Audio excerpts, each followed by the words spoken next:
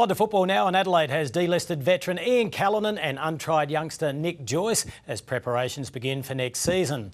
Meantime, the AFL trade period has finally wound up with a flurry of activity on the final morning. In some of the bigger deals, young Brisbane ruckman Billy Longo became a Saint. Geelong's Trent West replaces him at the Lions. Scott Gumbleton left the Bombers for the Dockers, and Andreas Everett turned from Swan to a Blue.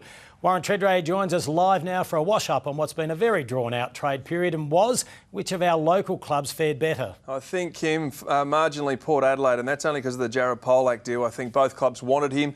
He certainly chose Port Adelaide, and they were able to get a deal done. It was pretty complex, but they wanted three things. They wanted the international rookie, the young fella Daniel Flynn from Ireland. They wanted to get him. They also wanted White, who's an outside defensive midfielder, and Polak, who's the Polish outside midfielder. So Port Adelaide ticks all the boxes they wanted. Adelaide, I don't mind theirs either, because they had a deficiency in the small forward line, and I know Callanan has just been delisted and will go into another role expected at West Lakes. But I think Eddie Betts is very, very good. Posse Adley, I think it's a huge risk.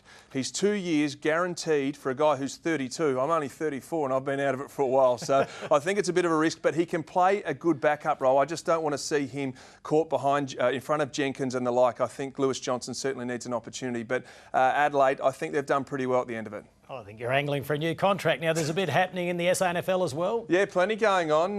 Nick Stevens, a former teammate of mine, played at Port Adelaide and at Carlton. He's now the new coach at Glenelg. And also the other one, James Allen, triple McGarry medalist. He's coming back. He's got a job in one of the very good private schools in Adelaide, but no guarantees going to North Adelaide as yet. So they're going to have to pitch. And if you're another SANFL club, he'd be a good pick-up. Get in there quickly.